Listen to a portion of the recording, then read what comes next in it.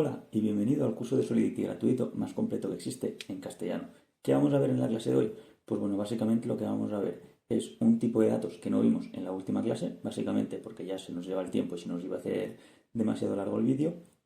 Y también vamos a ver las estructuras de control de flujo. Vamos a ver qué son, cómo funcionan y cuáles existen en Solidity. Así que empezamos.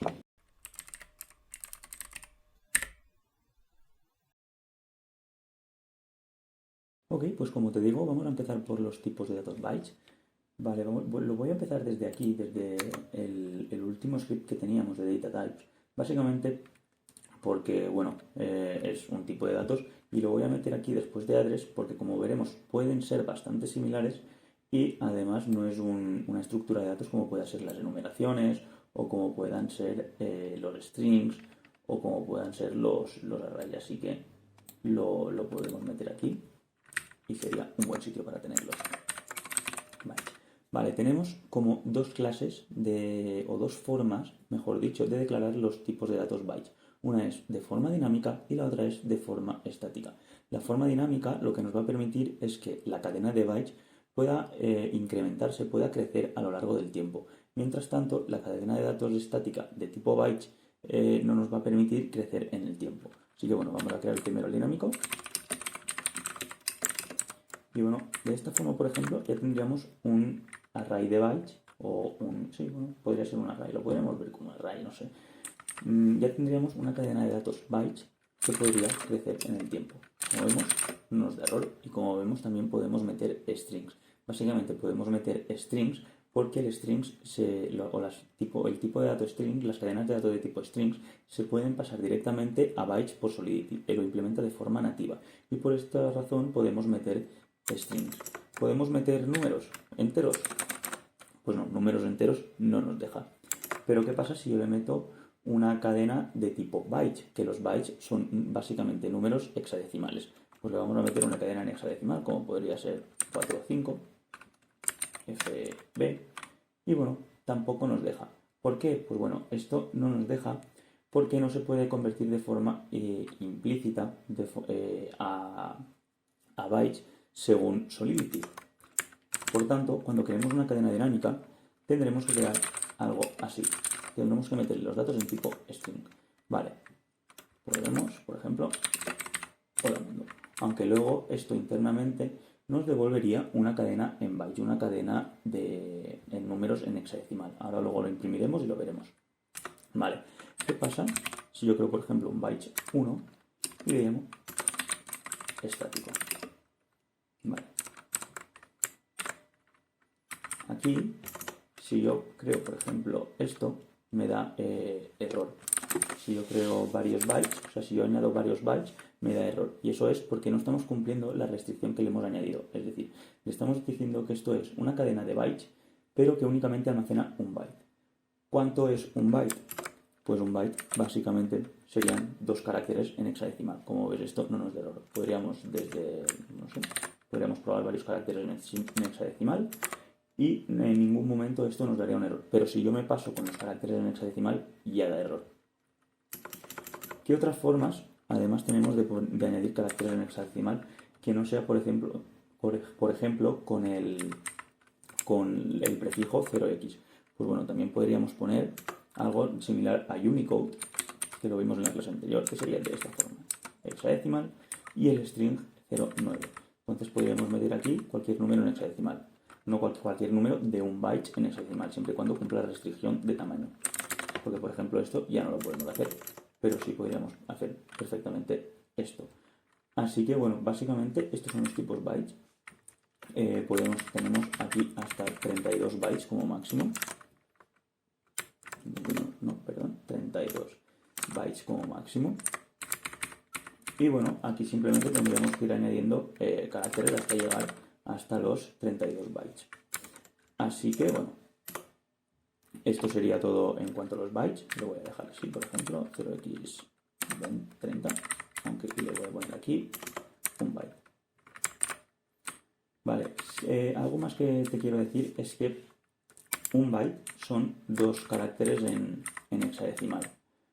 Pero si yo le pongo aquí 2 bytes, necesitaremos 4 caracteres. Si le metemos más, ya sabemos que no nos va a funcionar. Si yo le digo que es byte 3, pues necesitaremos 6 caracteres en hexadecimal.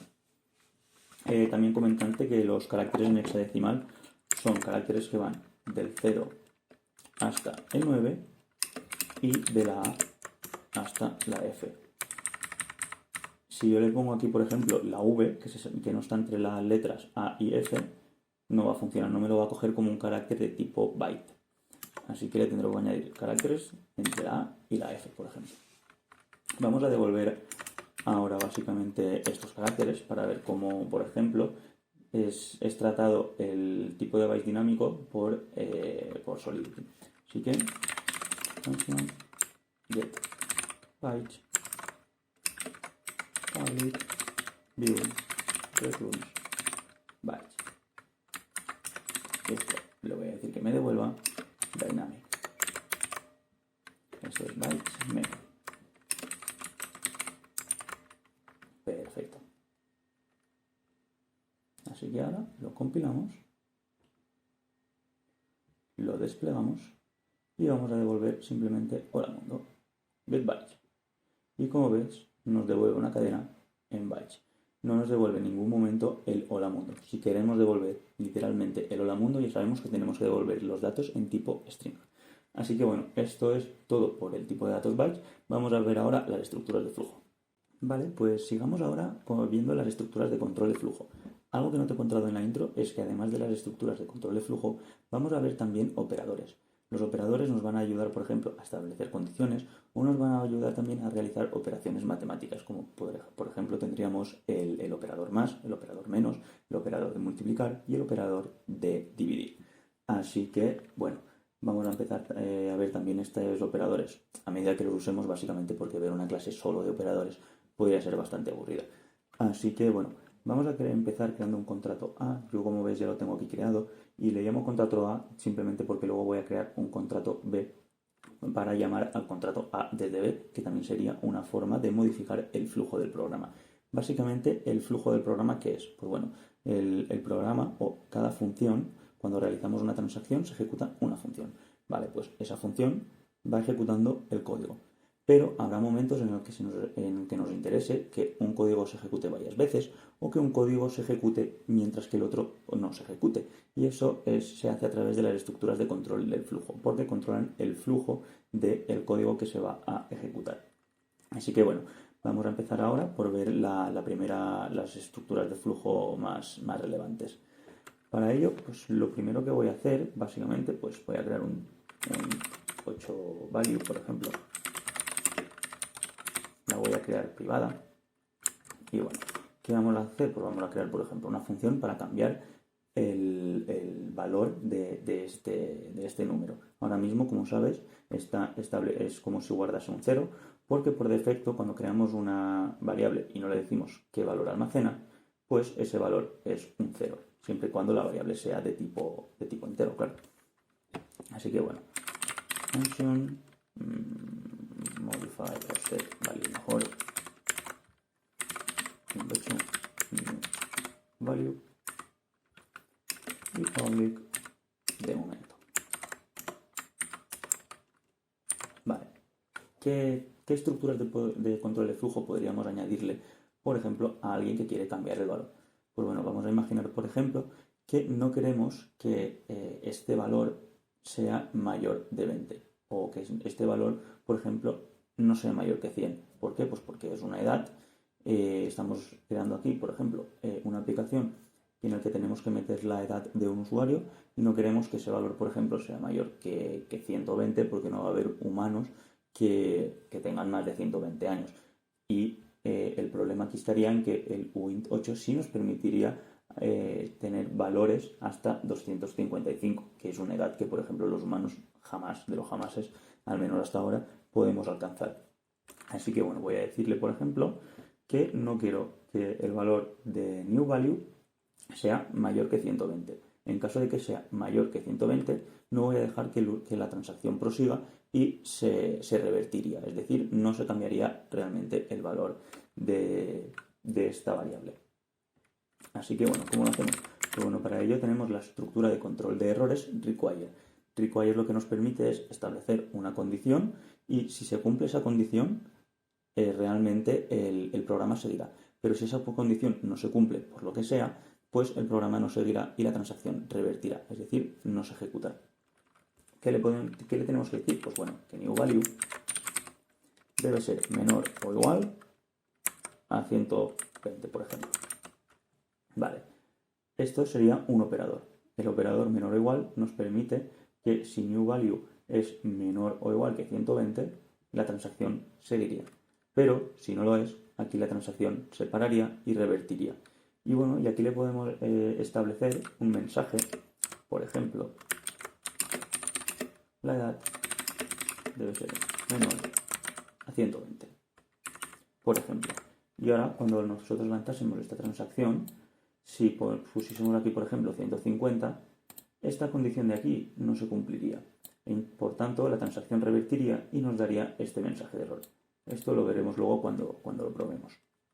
Vale, ¿qué otras formas tenemos de controlar los errores o de, a través de una estructura de control de errores, modificar el flujo de una transacción? Pues bueno, también tenemos el assert. El assert es muy similar al require, pero no nos deja establecer un mensaje de error. Es verdad también que el assert se utiliza también más en fases de testing, más que en fases de producción, porque siempre nos interesa que la transacción lance un mensaje de error. Así que bueno, yo de normal utilizo el require, aunque esté en fases de testing. Pero bueno, eso ya cada uno que utilice el que más le interese. Y así, aquí en este assert, únicamente meteríamos la condición new value menor o igual que 120. Y pues bueno, ya lo tendríamos. Pero bueno, ahora también tenemos otra forma de revertir las transacciones que no sea ni con require ni con assert. Y para ello, lo primero que debemos hacer es crear un error propio. Es que nosotros mismos creemos un error. ¿Y cómo lo creamos? Pues bueno, error, por ejemplo, big number. Y aquí le podríamos añadir un string. Vale, ¿qué vamos a hacer? Vamos a comprobar si la edad es menor o igual que 120. Si la edad no es menor o igual que 120, se lanzará ese error. Así que para ello hacemos lo siguiente. Si new value, por ejemplo, es mayor, que es otro operador que también nos serviría aquí, que 120, revertiríamos la transacción lanzando el siguiente error. Number. Y le metemos el string. La edad debe ser menor a 120. Esta forma también sería otra forma de lanzar errores. ¿Por qué existe la forma de lanzar errores a través de un error personalizado? Pues bueno, lo que nos permite esto, ahora lo veremos, es que podemos dar el mensaje de error sin realmente establecer una cadena de tipo string, que es lo más caro que existe en Solidity. En Solidity, almacenar strings es algo muy caro y devolverlos también.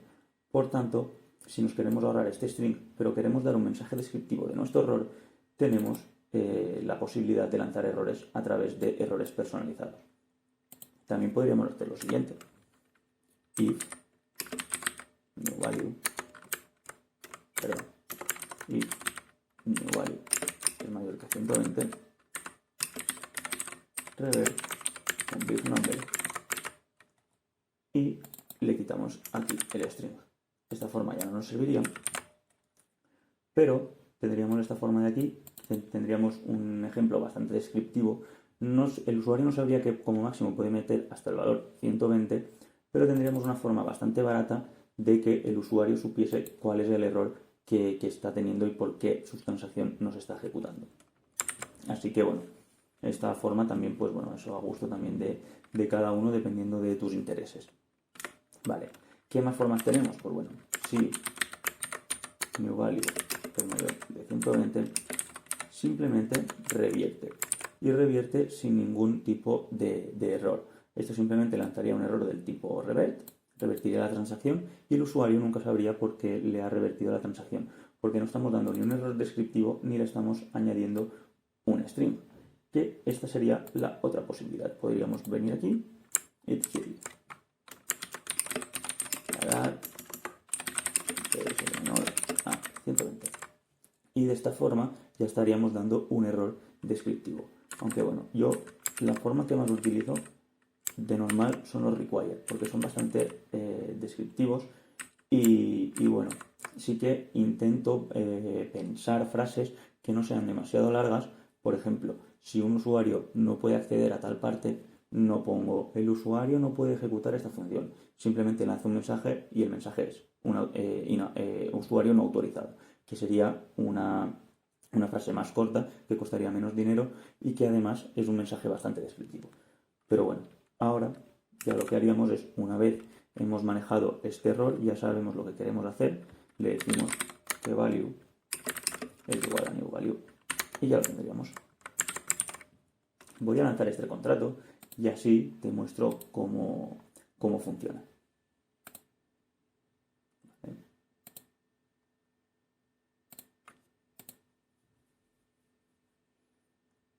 Vale, pues aquí despliego el contrato.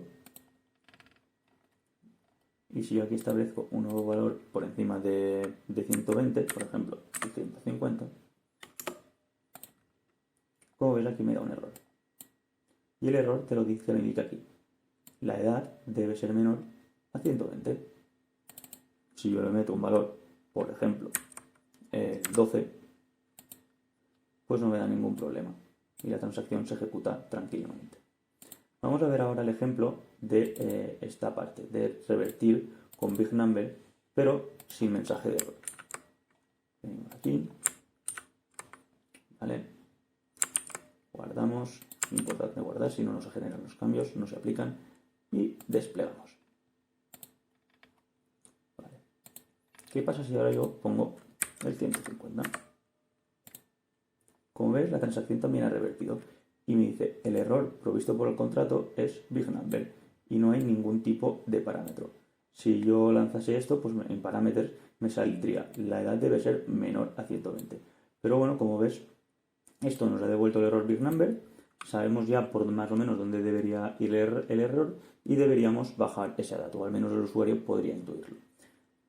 Vale, esto en cuanto a las estructuras de control de flujo. Vamos a pasar ahora a ver otros tipos de estructuras de control. Vale, un momento, antes de que sigas con el vídeo, si quieres dedicarte a ser programador web 3 y quieres maximizar la curva de aprendizaje de Solidity para empezar a trabajar cuanto antes, ya sea con tus proyectos propios o por cuenta ajena, decirte que he empezado un programa de mentorías.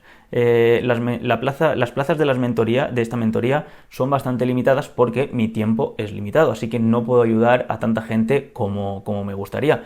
Pero bueno, ¿en qué consisten las mentorías? Estas mentorías simplemente son sesiones individuales en las que, pues bueno, charlaremos sobre temas blockchain, temas de Solidity, me podrás preguntar lo que quieras, ya sea sobre mi experiencia de cómo he llegado yo a trabajar para una multinacional como programador web 3, para poder yo darte mis consejos, para explicarte temas blockchain, lo que tú necesites.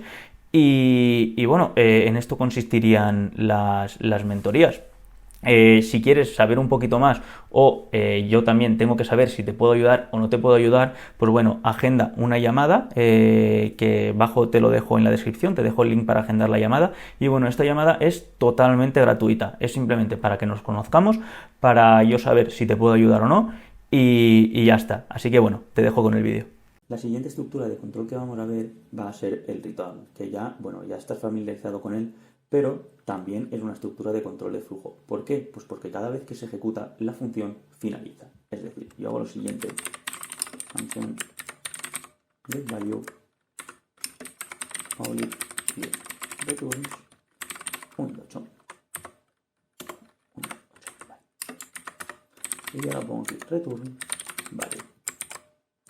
Esto nos va a servir, este tipo de función, para conocer el valor de la variable value, que es privada, y si no lo ejecutamos a través de esta función no vamos a poder saber el valor de la función de la variable value. Vale, ¿qué ocurre aquí? Pues bueno, esto nos devuelve el valor, perfecto, pero todo lo que se ejecute después de return, es decir, yo ahora le digo, por ejemplo, value igual a 10, todo lo que se ejecute después del return, o todo lo que intentemos ejecutar, mejor dicho, después del return, no se va a ejecutar, porque el return lo que hace es finalizar la función. Por tanto, el return siempre debe de ir al final.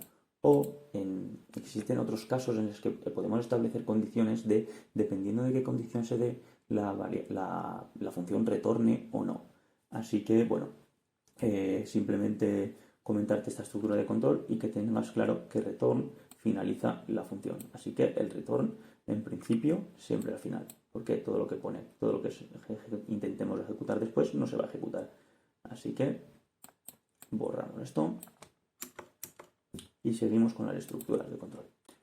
Vale, pues sigamos ahora con las estructuras de control de flujo, pero ya como tal, que controlen el flujo, que decidan cuántas veces se ejecuta una función o un trozo de código, mejor dicho. Esto lo podemos hacer con las estructuras de control de flujo llamadas bucles, o también tenemos las condicionales, que dependiendo de qué condición se da, pues vamos a ejecutar una parte del código u otra, como por ejemplo la estructura if-else, que aquí por ejemplo solo hemos visto el if, pero también podríamos elegir o tener la opción de, si no se ejecuta esta parte, que se ejecute la otra, y si no, pues ya la otra. Así que, bueno, vamos a crear todo lo que necesitamos, por ejemplo, Wint 256, un array, que esto nos va a permitir, pues bueno, ver las estructuras de control de forma bastante amplia. Historical values. Así que, bueno, esto, como te imaginas, guarda un histórico de todos los valores.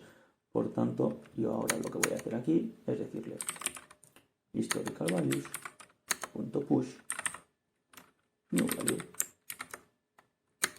Así, de esta forma, cada vez que creemos un nuevo valor, se guardará en el array dinámico. Así que, bueno, ¿ahora qué vamos a hacer? Pues bueno, vamos a ver ya las estructuras de control de flujo. Vamos a crear una función que lo que nos va a permitir es, dependiendo del valor que contenga el array historical values, haremos una cosa u otra. Lo que vamos a hacer básicamente será lo siguiente. Si el valor actual del array es un múltiplo de 5, en otro array guardaremos un 5.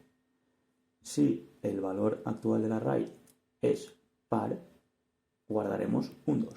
Y si no es ninguno de los dos, pues guardaremos un 0. Así que, function get some values public view returns. Esto nos va a devolver un array. Y vale, voy a establecer también aquí un límite para ahora dos.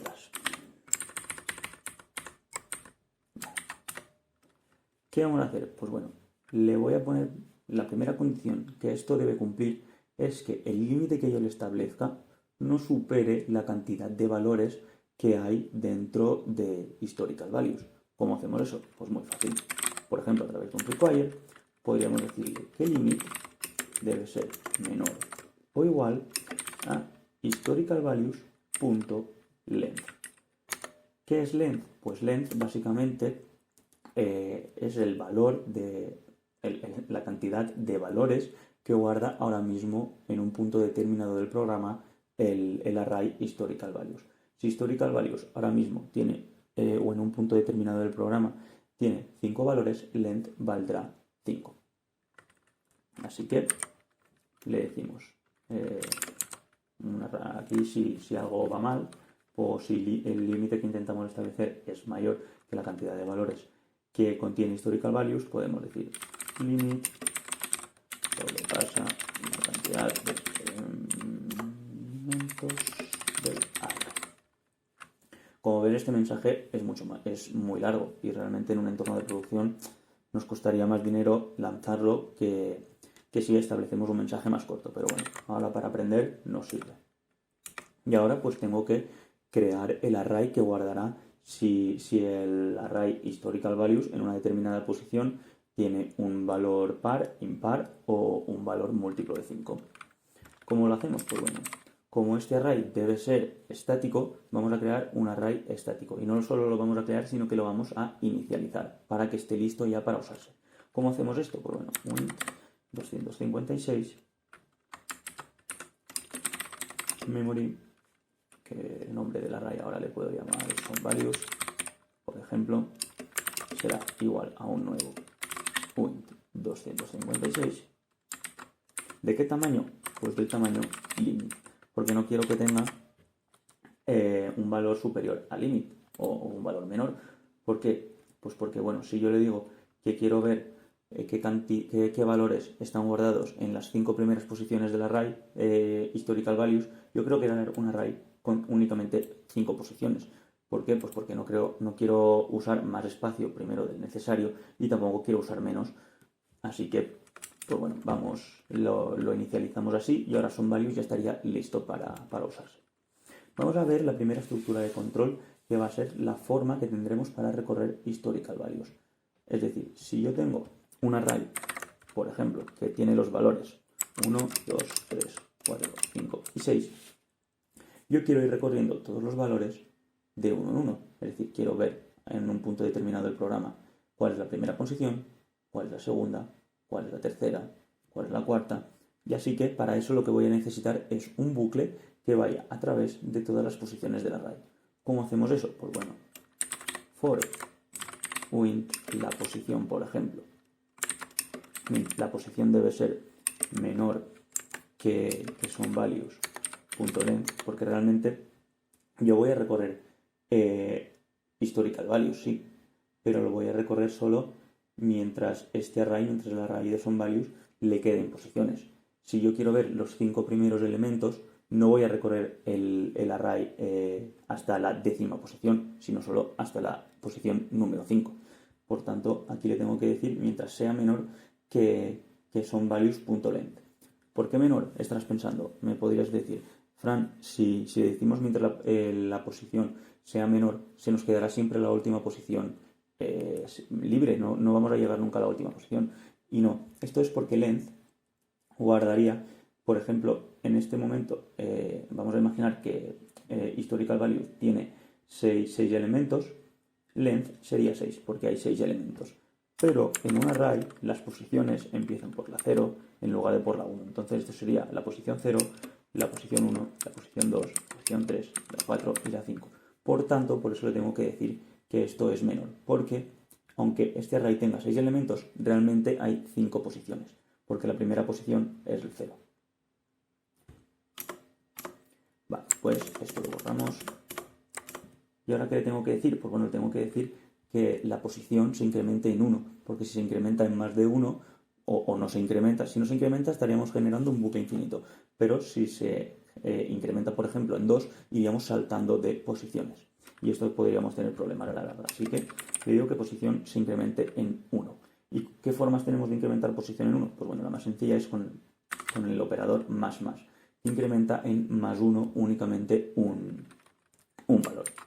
Vale, ¿ahora qué hacemos? Pues bueno, ahora como te he dicho, lo que tendríamos que comprobar es si el valor actual de la posición es múltiplo de 5, pues guardaremos un 5.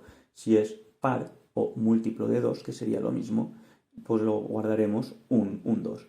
Y si es impar, pues guardaremos, por ejemplo, un 0, un 1, el número que más nos interese o el que queramos. ¿Cómo comprobamos si un número es múltiplo de otro? Pues bueno, para ello tenemos el operador que es un porcentaje, y ahora te diré qué hace. Si historical values de la posición actual es múltiplo de 5, pues bueno, lo que haremos, perdón, aquí tengo una i, aquí va posición. Lo que haremos es SomeValues de posición se da igual al 5. Vale, ¿qué está haciendo esto? Vale, pues esto vendrá por aquí, estaremos en la posición 0 porque pos está inicializado a 0. Voy a crear aquí el array, por ejemplo. Vamos a suponer que voy a añadir el valor 1, el 2, el 3, el 4 y el 5. Vale, vendrá por aquí, por esta primera posición, que es la 0 realmente, aunque guarde un 1 es la posición número 0. Verá que el valor actual, historical value de pos, que pos es 0, historical value de 0 vale 1, 1 entre 5 el resto, bueno, esto realmente es el operador del módulo. El módulo lo que hace básicamente es cogemos el resto en lugar de el valor del resultado de la división. Es decir, si el resto de dividir 1 entre 5 es 0, pues guardamos en esa posición un 5, en la posición de SUMVALUES. Pero en este caso, obviamente no. Esto solo ocurriría en la última posición, porque el resto de dividir 5 entre 5 sí es 0. Por tanto, 5 es múltiplo de 5 y guardaríamos aquí un 5. Esto en los siguientes, en los valores anteriores, 1, 2, 3, 4, el resto de guardar, el resto de calcular, por ejemplo, 4 entre 5 no sería 0, sería 0, algo. Así que, en este caso, solo guardaríamos los valores que sean múltiplos de 5. Vale. Ahora teníamos también el caso en el que queríamos guardar si los valores eran múltiplos de 2, es decir, si los valores eran pares, queríamos guardar el valor número 2 en el array. Así que bueno, hacemos else if historical values de la posición actual. Si el valor actual, el resto de dividirlo entre 2 es igual a 0, pues lo que guardaremos en SUMVALUES de posición es igual a 2. Y ya lo tendríamos. Esto vendría en el primer valor, 1, el resto de dividir 1 entre 2 no es 0, pues bueno, 1 no es par, por tanto no se guardaría en esa posición un 2. El resto de dividir 2 entre 2 sí sería 0, entonces en la posición de SUMVALUES sí guardaríamos un 2. El 3 no lo sería, pues no lo guardaríamos. El 4 sí lo sería, porque 4 entre 2 el resto saldría 0, pues en esa posición también guardaríamos un 2. Y en el primer caso lo que haría esto sería, ¿se cumple la primera condición? Sí. Pues ya la segunda condición, o la tercera, o la cuarta, o todas las demás, no las voy a ejecutar porque ya he cumplido la primera. Ejecuto esta parte del código y pasamos ya al siguiente código, que no sería este. Sería el siguiente código fuera de la bifurcación else if. Vale. Vamos ahora con que si los valores son impares. Si los valores son impares, como ya tengo contemplado el caso de que si son pares o si son múltiplos de 5, no le voy a tener que decir en este caso si son impares, sino simplemente decirle en otro caso, pues me pones un 1. SUMVALUES de post es igual a 1. Y de esta forma, pues ya tendríamos todo completo. Así que bueno, esto sería lo que haría el array. Vamos a explicarlo un poco. Y bueno, aquí podríamos seguir poniendo código. No tendría que estar todo el código dentro del for. Bueno, esto sí que estaría dentro del for, pero yo fuera del for también podría poner código. Y se seguiría ejecutando si existiese. Así que bueno, vamos a ver qué hace este código más o menos en detalle antes de seguir con las siguientes estructuras de control de flujo. Vale, ok. Imaginemos, lo voy a poner aquí abajo, que tenemos el siguiente array. El 4, un 2, un 9, un 10, un 12 y un 25, por ejemplo. Esto sería historical values, ¿vale? Historical values tendría guardado estos valores. Vale. Que realmente estas posiciones sería lo voy a guardar arriba mejor que debajo.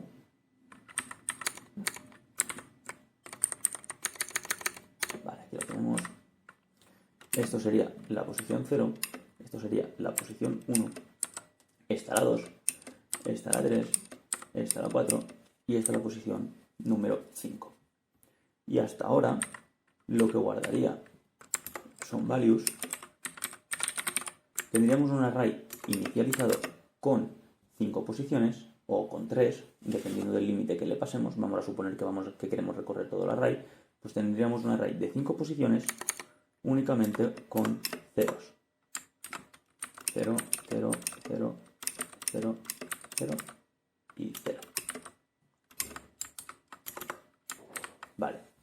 Y esto vendría el bucle a través de todo este array. Es decir, recorreríamos 5 posiciones. Incrementaríamos el valor de posición de 1 en 1 hasta el número 5. Bueno, mentira, hasta el número 5, perdón. Vale, vendríamos el primer número. El primer número es un 4. Por tanto, esto diría el 4 dividido entre 5, ¿su resto da 0? No. Vale, pasaríamos a esta condición. El 4 dividido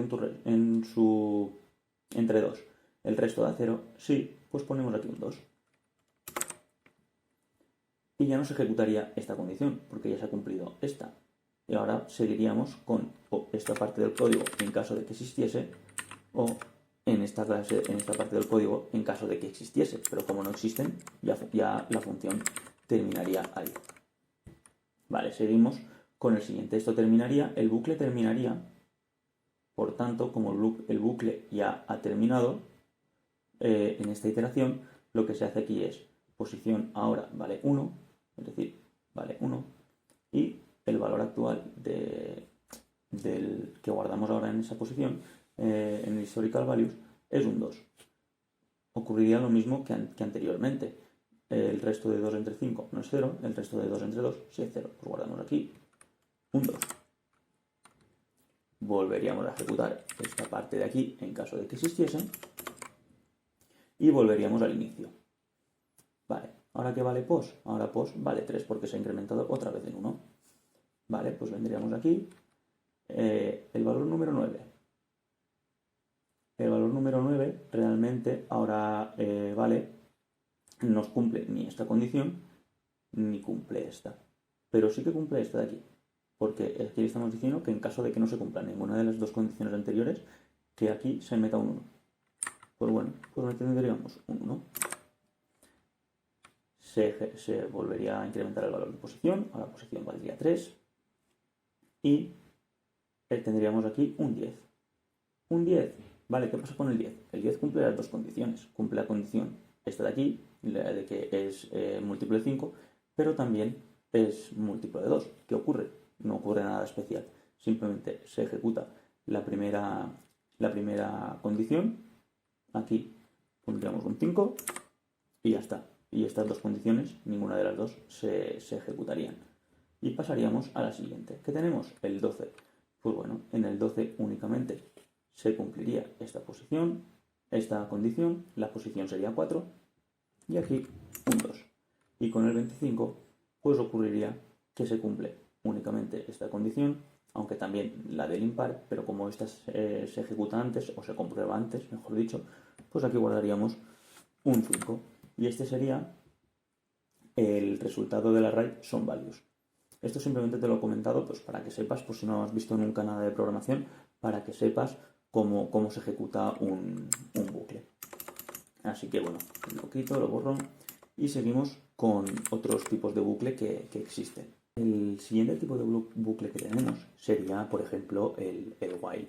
Y el while simplemente establece, mientras se cumpla esta condición, ejecútame este código. Si no se cumple esta condición, pues no ejecutes el código. Así que, por ejemplo, para el while sí que necesitaríamos, por ejemplo, una variable externa. Voy a llamar contador igual a 0.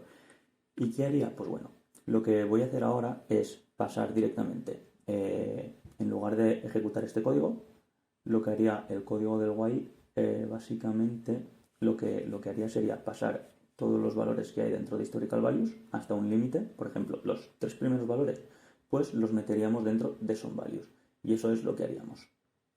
¿Cómo hago eso? Pues bueno, mientras counter sea menor que limit,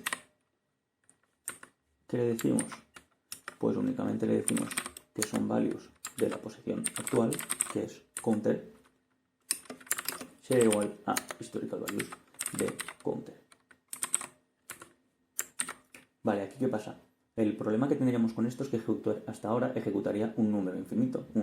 Ejecutaría un bucle infinito, perdón. Porque counter todo el rato es 0. Es decir, yo vengo aquí, counter 0 es menor que limit, por ejemplo, que es 3, porque queremos guardar los 3 primeros valores. Sí, 0 menor que 3, perfecto. pues el valor son values de 0, la posición 0, será igual a el valor de historical values de la posición 0. Vale, vendría aquí otra vez. 0 menor que 3, sí, volvemos a ejecutarlo. 0 menor que 3, sí. Y esto pues sería un bucle infinito. ¿Qué hay que hacer? Pues hay que venir aquí y hacer counter más más. Tenemos que incrementar nosotros de forma manual siempre esta variable. No es como el for, por ejemplo, que se incrementa aquí y es más complicado que se nos olvide porque forma parte de su estructura. Pero como esta parte no forma parte de la estructura directa del while, pues es más fácil que se nos olvide y es más fácil crear un bucle infinito. Pero bueno, de esta forma lo solventamos. ¿Y esto qué haría? Pues bueno, como ves, la posición actual de SonValues, que en un inicio estaría a 0, por ejemplo, si borramos esto, si no lo borramos no, si lo comentamos, por ejemplo, pues bueno, SonValues de la posición 0 sería igual a historical values de la posición 0. Si historical values guarda un 1, pues en la posición 0 de SonValues se guardaría un 1. Simplemente estaríamos traspasando valores de una parte a otra. Y bueno, luego tenemos también una estructura bastante similar al while, que es el do while. Es otra manera simplemente de escribirlo. ¿Cómo lo ejecutamos? Pues bueno, hazme esto, lo que yo te meta aquí dentro, mientras se dé una condición. Es decir, la condición podría ser la misma. Counter es menor que el int. Ponemos aquí el punto y coma, que si no funcionará. ¿Y qué hacemos? Pues bueno, hacemos lo siguiente. SonValues de counter será igual a historical values de counter. Y también tenemos que incrementar counter, si no tendríamos un problema de un bucle infinito. Y bueno, básicamente haría lo mismo que este bucle, que el bucle while, pero escrito de forma diferente. Y ya estaría, no haría nada especial. Y luego aquí pues podríamos retornar SonValues. Counter también la comentaríamos. Y ya tendríamos, pues, por ejemplo, una función que ahora no hace nada porque está todo comentado, pero bueno, podríamos dejar el for.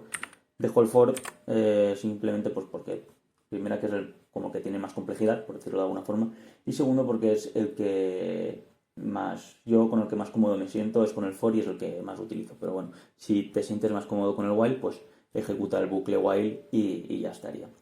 Y bueno, pasamos a ver la última estructura de control de flujo, que es que un contrato llame a otro contrato. Vale, pues como ya te he dicho al principio de la clase, para que un contrato pueda llamar a otro necesitamos dos contratos, obviamente.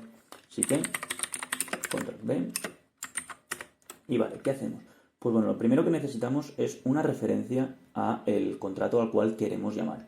¿Cómo lo hacemos? Pues bueno, aquí tenemos directamente ya el código del contrato y no tenemos problema en declarar aquí un tipo de datos A, que es el nombre del contrato de arriba, y bueno, llamarle smart contract, por ejemplo.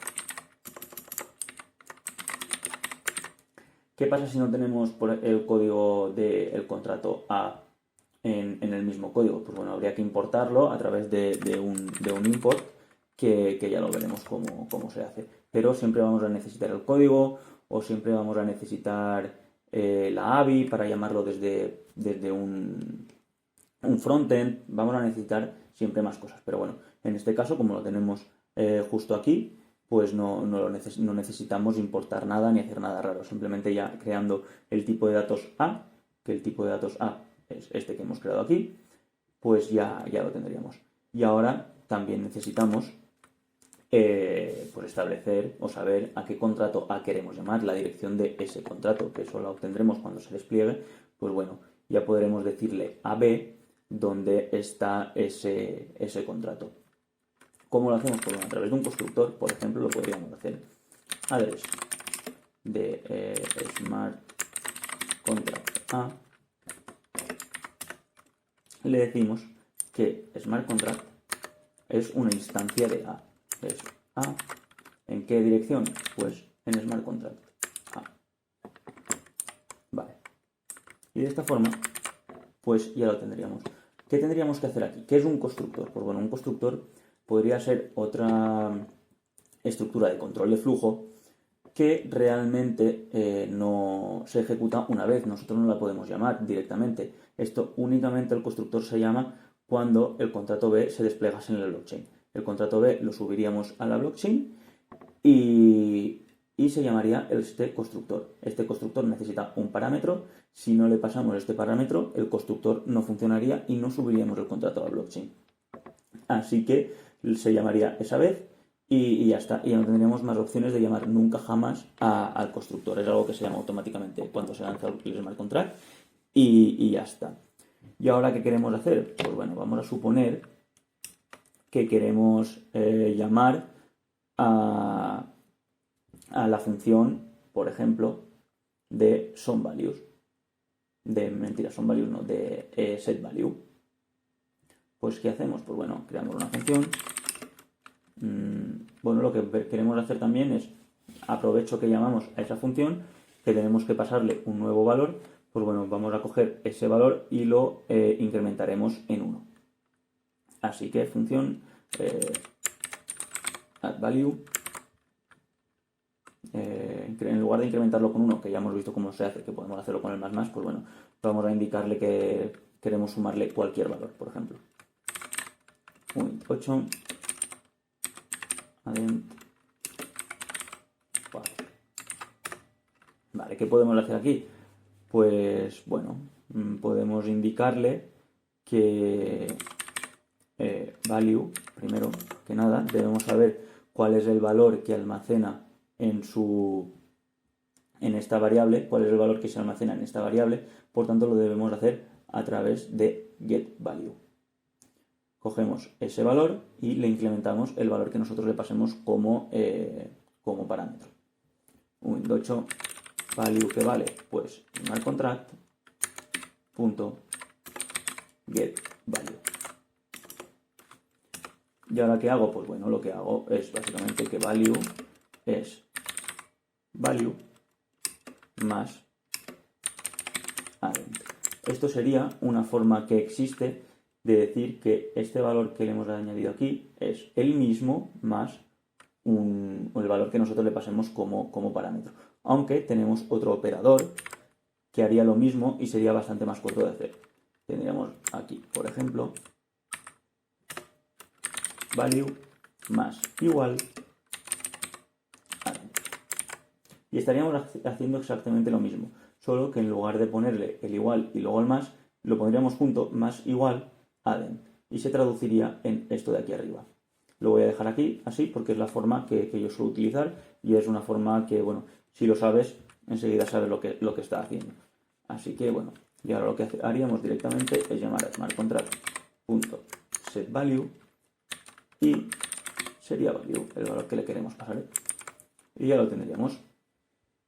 Ahora aquí lo que estaríamos haciendo sería, la función vendría por aquí, habría un cambio de control de flujo, porque esto llama al smart contract, viene aquí, al smart contract A, ejecuta la función getValue, se le devuelve el valor, por ejemplo, vamos a imaginar que tenía el 10, le devolvería el valor 10, vendríamos aquí y haríamos, ahora, esto, el nuevo valor, la nueva variable nuestra que tenemos en la función, en local, es 10 más el operando que le hayamos pasado por aquí. Vamos a suponer que es el 15, es decir, esto sería 10 más 15 sería igual a 25 y en value se guardaría el valor 25. Y ahora vendríamos aquí y diríamos setValue, smartcontract.setValue de value, es decir, smartcontract setValue de 25. Vendríamos aquí, se ejecutaría esta parte de aquí, 25 es mayor que 120, pues no es mayor que 120. Por tanto, no se cumple esta condición. Aquí se añadiría el valor 25 a historical values y value ahora valdría 25, perdón. Y ya habríamos terminado con esta función de aquí, que no retornaría ningún valor, pero ya habría ejecutado todo eso.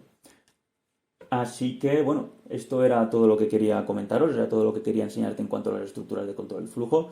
Si te ha gustado, pues deja un like, síguenos en TikTok, síguenos en Instagram, @web3coders_. Y bueno, si tienes cualquier duda, déjala en los comentarios. Si te ha gustado, comparte. Bueno, nos vemos en el siguiente vídeo. ¡Chao!